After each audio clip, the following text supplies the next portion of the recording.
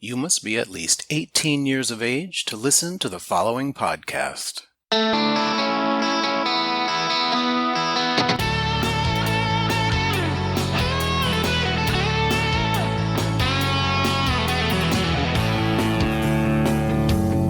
I am Robert Black, and you are listening to Sexual Heroes. My guest in this episode is Artie, known for the past decade as the Taoist Masseur.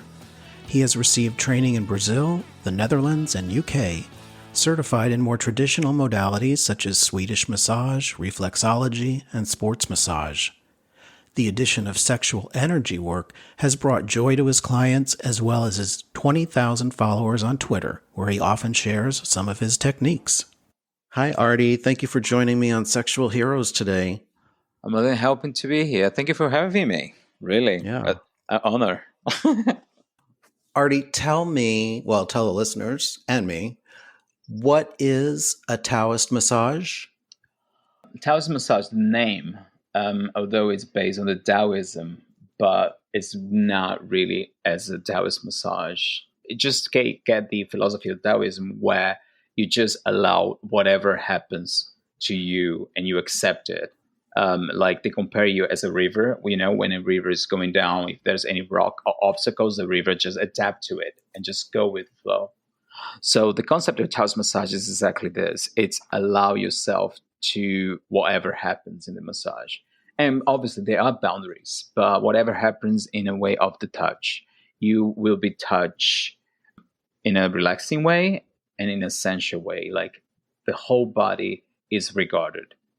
So this massage was created in the 80s as a way during the AIDS epidemic where gay men were afraid of having sex because obviously AIDS were labeled as a gay cancer. So it was a way to gay men to still have pleasure, to still experience pleasure in a safe space, in a safe environment. And another thing that is added to this concept is not just about getting pleasure, but about building up your confidence. When you allow someone to please you without you worrying of giving back, it does improve on your confidence because it gives you the message that you're worth of that. So that's important that you have this mindset that you think, I don't need to worry about whoever is giving me the massage. I'm here to receive. And I'm receiving it because I'm worth of that. That's very powerful. Yeah, I think so as well. Yeah. And typically in your massage, the person does ejaculate or not? Okay, that's an interesting question. The Taoist erotic massage, it's about semen retention. So although I do use Taoist Masseur as my moniker, I prefer to say that I use Taoist techniques rather than I'm offering the proper Taoist massage. Because although I do offer a classic Taoist massage, the Taoist massage is about semen retention. So when I started to work with Taoist massage in London, I used to do exactly how I learned to do it. So I would do the whole massage. At the end, we would do the big draw. The big draw is when you breathe. We do a breathing exercise to create an implosion of that energy that was built up. So it's kept within you. However, offering this massage commercially, I realized that people weren't coming back. And they had a frustrating look on their faces. So after a while, I decided to give them the option. Would you like to implode? And then we do the big draw. Or would you like to explode and climax and have a full body orgasm, followed by a relaxation feeling? I have to say that today, that's the winning option. Yes. I'm not surprised. Yes, but I do still have today clients that prefer to not ejaculate. Yes, but again, it's when you offer commercially, sometimes you have to adapt as well in some way that you want them to enjoy the experience. I don't think it loses anything by ejaculating. It's just different.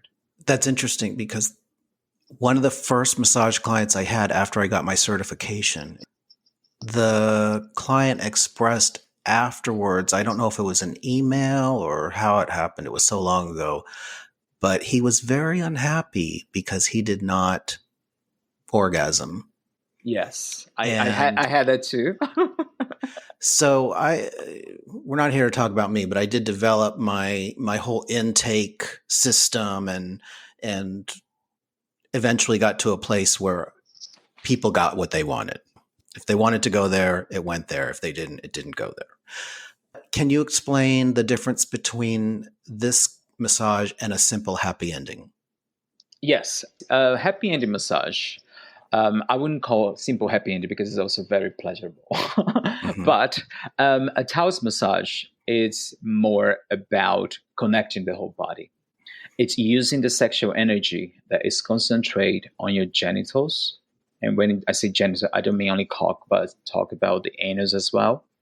That it's full of nerve terminations. And so it's very, very pleasurable. You have no idea how many people never were touched there. And they are so surprised by how pleasurable they feel, the pleasure they feel, down there. And they never allow themselves to be touched there before. So it's about building up this energy and it's spreading it all over the body. So it's never only massaging the cock, but kind of combining. It's like creating a choreography where you massage the cock to a certain point, but then when you feel the girth becoming, harder, or when you feel the balls kind of getting more ready to, you just spread that, allowing them to feel the body as a one pleasurable thing, because the skin is the longest organ in your body. So that's the thing. It's about pleasing the skin and not the cock. And the happy ending, which is great as well. Yes. You got to go to whatever you want at the moment. It's concentrated on the genitalia. It's about jerking you off. So it can be kind of compared to edging as well. Right. Usually edging is just about postponing the ejaculation. So you have ruined orgasm, you have edging for hours, but it's genitalia concentrated. Tell me about your training. How does one get trained? Was it a school? Was it how did you learn? Well, I know that my training for the Taoist massage wasn't an official training.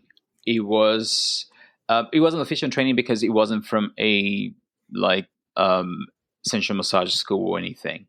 It was from someone who did it, and he was offering like a workshop. But actually, he offered the workshop after I messaged him and asked him if he could teach me. And if you ask me, I don't know why I did that, because I never had an erotic massage before. So I don't know why I had the idea of learning an erotic massage. It was when I lived in Amsterdam 12 years ago. I believe it was mostly because he's a Brazilian.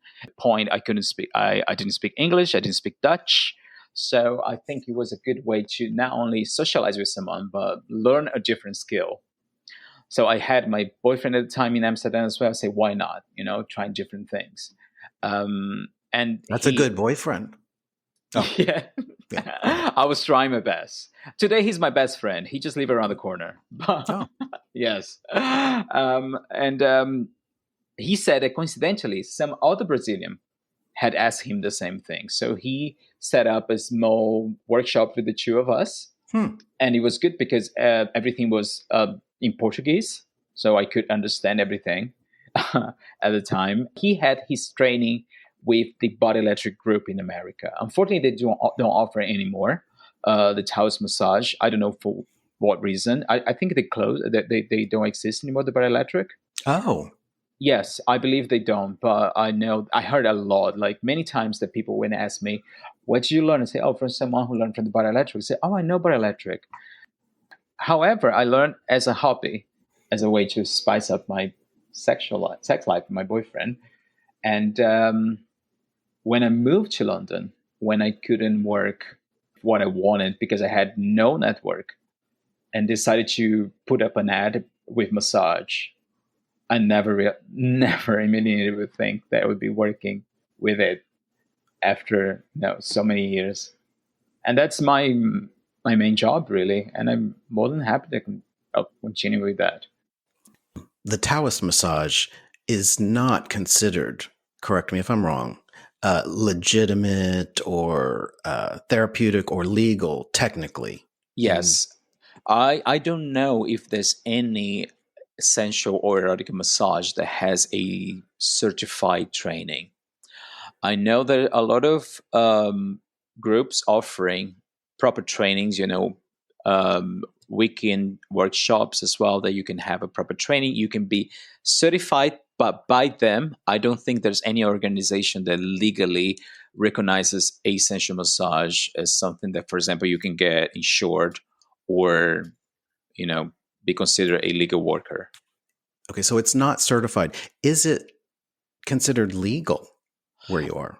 Well, sensual massage, it can be also considered a energy work, which can have some kind of, it's like a loophole that I believe in America, for example, the creator of the Taoist erotic massage, Joseph Kramer, he had two police officers knocking on his door because of his work, and he convinced them that what he did was an energy work more than a sex work, and they left him alone.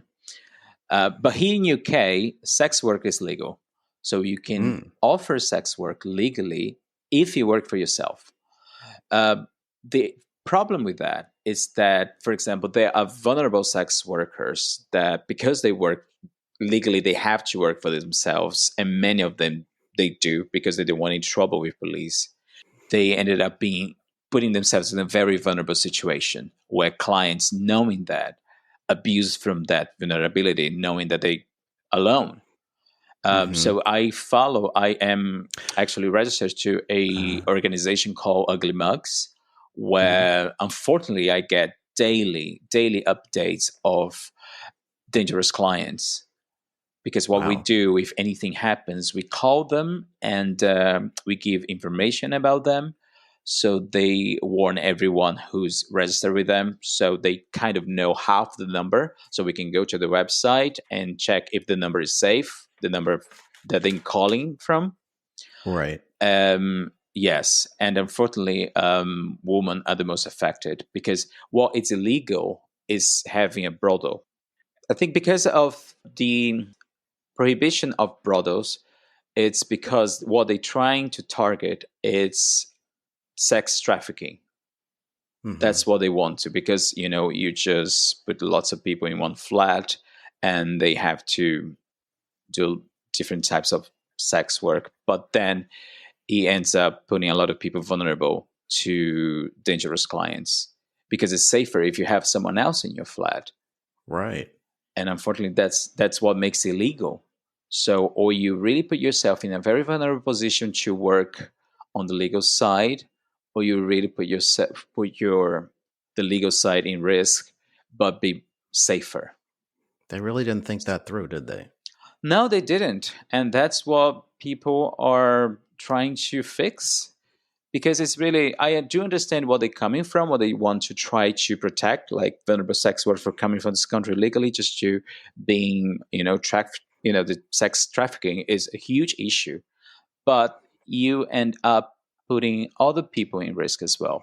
So they need to find a good balance about this. Yeah, I was going to ask, if you allow me to, how is it in America? It's different from in any state? You mean, is it different in each state? Yes. Oh, I would say across the board, there's no place in the United States where erotics, sensual massage is considered legal. In general, no, it is not legal. And what happens to those websites where people are offering erotic massages? And in America, there's a lot of American massage therapists, and they openly offering erotic massages. I see that also, and that's a good question. I know that I was a massage therapist, and At one point, I got an email from the school that I went to, and they basically told me, take our name off your website, because I also indicated on the website that I would work in the nude. Heaven forbid. Wow. They said, take our name off your website or we will. And I don't remember if it was they were going to, take legal action or have my certification taken away or whatever it was. So that gives you an idea of what it's like here. Gosh, that is, yeah. Well, I try as well to kind of protect myself from this. So the places where I have my qualification, I do have a different phone number. Mm-hmm. That's just a way to they can find me by Googling my number. Right. Well, you're smarter than me. I didn't learn that trick till later. Well, I learned the trick because when I was announced at the beginning, I used to have a lot of people, can you believe it, threaten me saying, I'm going to report you. Say, what? Oh. Why would you do that? So, you know what, Mm-hmm. let me get another number. And actually, the reason I got a different number was because I used to do regular massages and erotic massages under the same number. And once I had a client that came for the regular massage, and I mixed and gave him an erotic massage. I was really worried about how he would react, but the thing is, he would come on regularly every 2 months. Mm-hmm. After I gave him the erotic massage, he came in the following in 2 weeks time. Mm-hmm. Mm-hmm. So I was fine, but then I said, you know what? Let me protect myself from this kind of mistakes because it can it can put me in trouble. Yeah. So I do have today 2 different phone numbers for the nature of the massage I offer. But but I researched extensively before offering the Taoist massage because I didn't want to get into trouble. I even worked on a spa before where I had a conversation with my boss and he explained to me everything. And that's the problem today about sex work in UK. It's legal, you can do it, but you cannot have someone else enter your place. And that's what lies the problem for vulnerable sex workers. And here's another thing about mixing massage, therapeutic massage with anything erotic, sensual. Even other massage therapists find it offensive, distasteful. Yes. If they're asked if they do erotic work, many are offended. What does that tell you? Well, I gotta say to you, am I right? Yes, because I am part of a community of massage therapists on Reddit, and they despise any mention of sex work or anything. And I find that problematic because, look, massage, it's about the body. And for me, since the beginning, I don't know where I got that, but since the beginning, I understood that having a towel covering your private part gives you an idea of shame, of something that you have to be ashamed of or not be touched. And I do understand people have their boundaries and you have to respect that.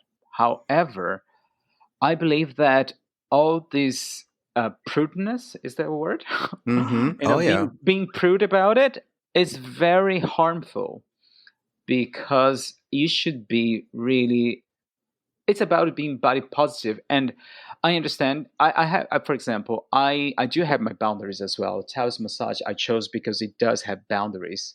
And I have no problem if any kind, I prefer that they ask me beforehand what they want so I can tell them to where I can offer.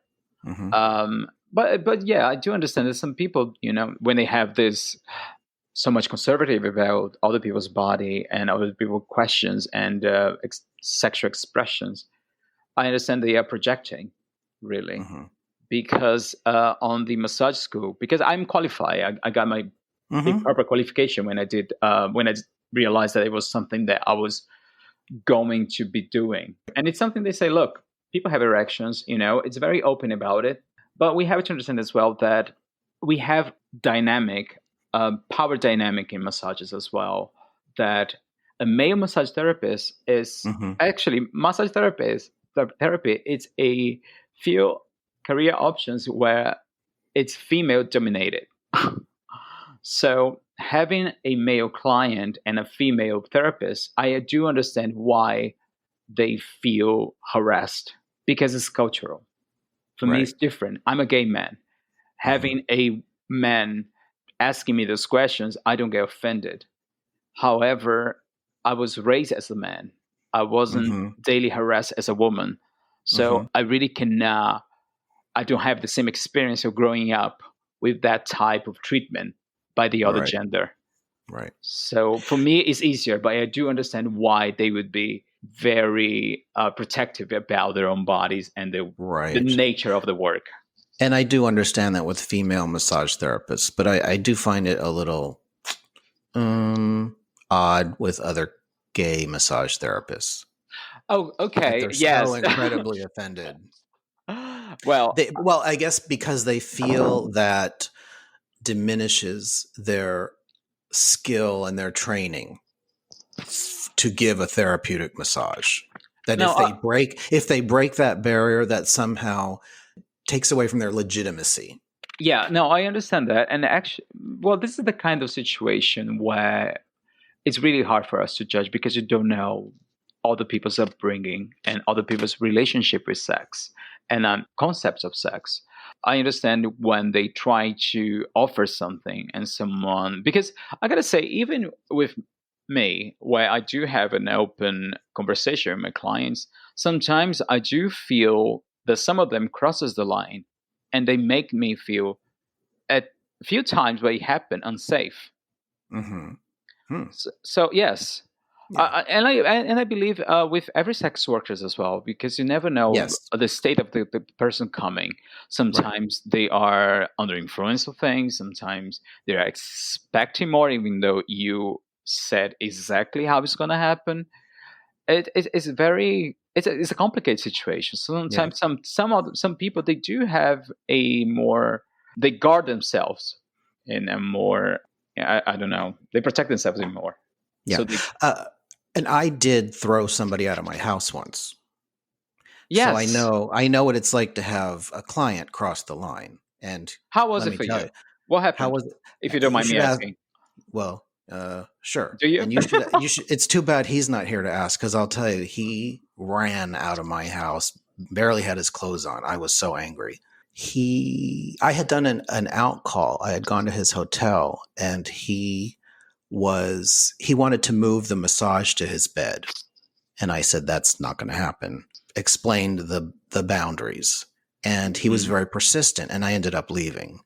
And then he ended up booking a massage in my home. And I had left the massage in his hotel, not finishing it. I told him it was over. And I don't think I collected any money or anything. I just got out. And then he showed up at my door. I think I questioned him about why he didn't tell me this when he booked the massage. And anyway, I stupidly let him in.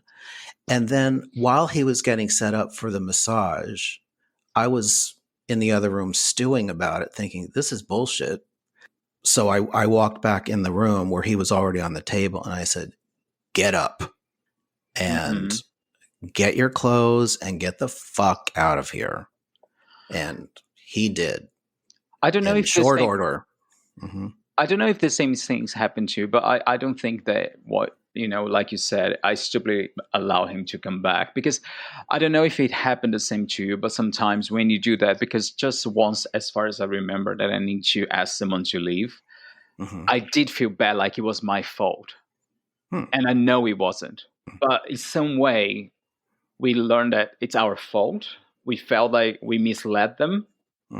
That is so harmful, really, to us, to have this kind of idea that even though they crossed some boundary that we told them clearly, we still think that it was our fault for not communicating better. Yeah. Well, it's because we're good people. We're very Let's believe sensitive. it. Okay. Now I'm going to change the view on all this. I want to look at or talk about the response that I have had in the past or have noticed when massage is brought up in a general conversation with other gay men. It immediately disintegrates into this childish banter about, happy endings, and it's nobody can come into a room where there's gay men and say that they had a massage without somebody immediately jumping to that and making it seem like it's bad. It's really hard for me. It's like coming out every time on social event, whether people ask you, what do we do? Yes. Because it's never an easy answer, because you always have someone asking about happy endings or about that. Do I blame them? I don't know. There are other kind of, for example, careers where I do not ask stupid questions unless the person brings up. I think they can put some kind of shame into what I do, which is not great. Because I'm going to tell you, I've been doing this for 11 years. And internally, I'm very happy to what I do. I'm really happy with the feedback and the connections I made. Even talk to you today is because of what I do. I know that externally, social factors kind of shame us about this. Even when I moved to London, and I still have them as friends, the great friends, close friends, but they always saw when I changed careers to massage as something that was less than. Right. So a couple of years back, they still were asking when I'm going to be back to journalism or video editing. Like it was still something that I wasn't taking seriously. Right. So it's constantly shaming us for doing what we do, to the point that we don't bring up anymore in some occasions. And I don't like that, because it's not something that internally I'm not ashamed of. But to avoid some kind of situations where I'm ashamed by them, I just don't bring up. So I really need to work on. Actually, I'm working on that at this moment, because I wish it was something that I could say out loud. For example, like on my Twitter account, I don't show my face. I want to get to the point where I show my face. You show your face. So I want to get to the point where I show my face as well. Yeah. But it's a hard work, really. Sometimes it's tiring. It is tiring. It is exhausting, really. To the point that when people ask me, what do you do? I sigh before I answer. Because I know that is going to be. Yeah. I got it. I totally get it. Yeah. Been there. I show my face now, but it's not related to massage. Now I'm not, really offering that. So I don't even know if I had. Yeah, I don't know. Well, that's for me, who doesn't show face, whoever shows face is my everyday hero. It's something that I say, okay, I need to get that because it's important. Breaking stigmas, showing face. It's because I got to say to you, I know that the message I'm portraying with not showing face is in some way that is shameful. And I'm aware of that.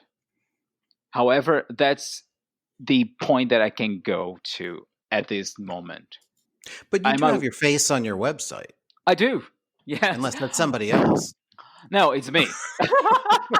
No, it's me. I do have my face. You're very cute, by the way. Oh, thank you. So are you. I do have. I am on my website. I have on every single profile on websites as well. But I think on Twitter, I do have lots of attention. And the thing about Twitter is because you have retweet and you never know where it can go to. Right. Right. Well, so I kind of just protect myself a bit about that. But I don't even like to say the word protect. because it does, equals being ashamed of, because to Yeah. not deal with the shame that comes with it. But anyway, it's a But work in progress. yeah. And I don't do massage now. Well, I had started just before the pandemic. I had started to offer it again. And then I had maybe 3 or 4 clients, and then the whole pandemic thing started and I had to stop again. So, but I do have another real career. And so I am taking a risk being out there. That's for sure. It's, whenever you're doing anything sexual, it's just so, we all know about the stigma and the Yes, but religion and the yes, right. Yeah. but I don't have anything like another job. Mm-hmm. Massage therapy has been Is my main and mm-hmm. only job. Even when I worked in a spa 6 years ago, because I was working from home. I had no idea if I was good or not.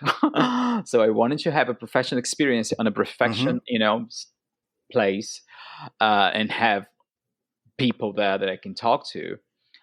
I contacted them through Gaydar, so they knew exactly what I did. Mm-hmm. But it's strange because I was really fearless before, and I don't know where throughout these 10 years this shame started to build up. Not shame or protection, I don't know. Mm-hmm. But I wish I Well, was like that before. I was so open-minded about it and talking about it to everyone. But I think, as you said, over and over, people are asking the same questions with the same jokes, with the same judgmental looks. You kind of right. say, I don't want to deal with this anymore. Well, I think you answered your own question. It's not so much that your shame built, it's that the world is so against Yeah. sexuality and people enjoying their sexuality that's what ends up happening. It's just No, it's horrible. I gotta say, sexuality is a really, really powerful energy that changes you, really. It changes you to the point that I believe that the whole thing, and it's a very generous statement, but I believe the whole thing, whole society is exactly to tame us sexually and create a bunch of sexually frustrated people, Mm-hmm.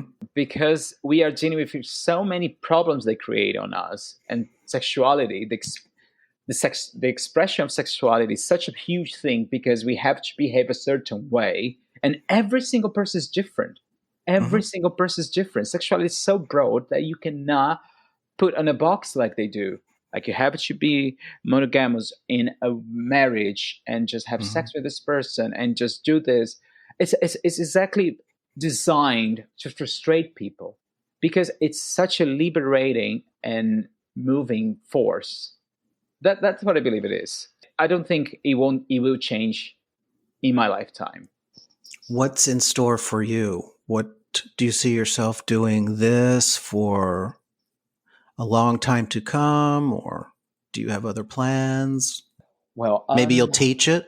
yes, actually, I've been asked about teaching for a while since I did my Twitter account. So I do have people asking about Taoist massage courses. So it doesn't exist, actually, as far as I know.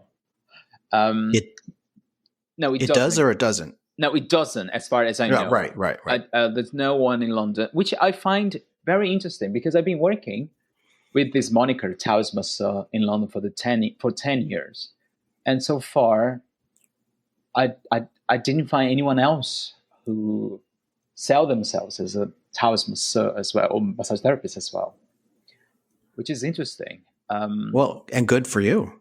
Yes, I have to say that. I think I found my niche. I found Mm-hmm. my space, so I'm comfortable here. But I always had this idea of offering something.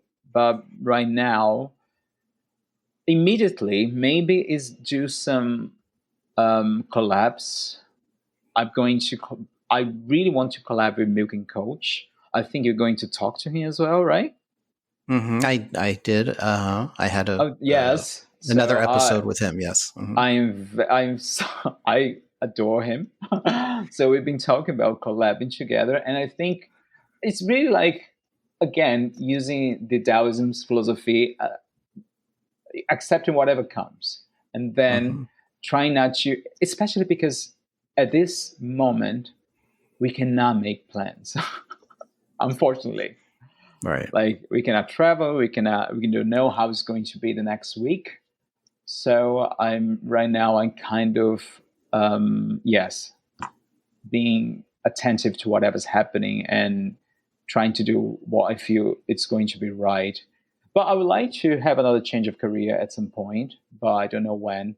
I was going to have last year, but I gotta say, I found a new appreciation to what I do with Twitter, because I've been in contact with so many amazing people that made me learn and be more curious about what I do. So I kind of on a more exciting path right now. Wonderful. Is there anything else that you'd like our listeners to know? I would say vote, but probably it's going to be after. That's good. But it's just that. Just be open-minded. And if you meet someone who said that he's a massage therapist, please don't ask about happy ending. Let them talk about if they want to. But yeah, just give them a break. It's not funny. It's not interesting for them. Artie, thank you very much for being with me today. Oh, you're more than welcome. Thank you. For information with links about a guest appearing on Sexual Heroes, visit the show notes at sexualheroes.com or on your favorite podcast app. And while you're there, be sure to rate, review, and subscribe. You can follow and message me on Twitter at Robert Black XXX and on Facebook at Real Robert Black. Thanks for listening.